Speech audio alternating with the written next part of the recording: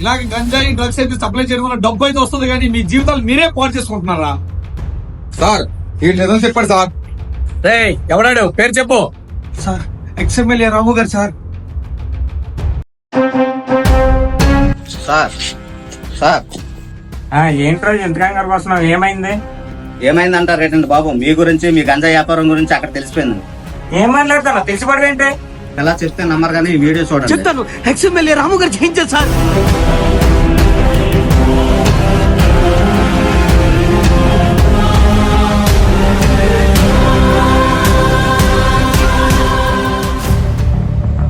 Sir ఏమనుకోకండి, దయచేసి మాకు కొద్దిగా కోఆపరేట్ చేయండి.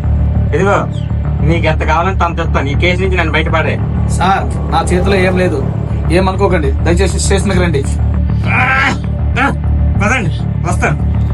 సరే మీరు కూడా రండి.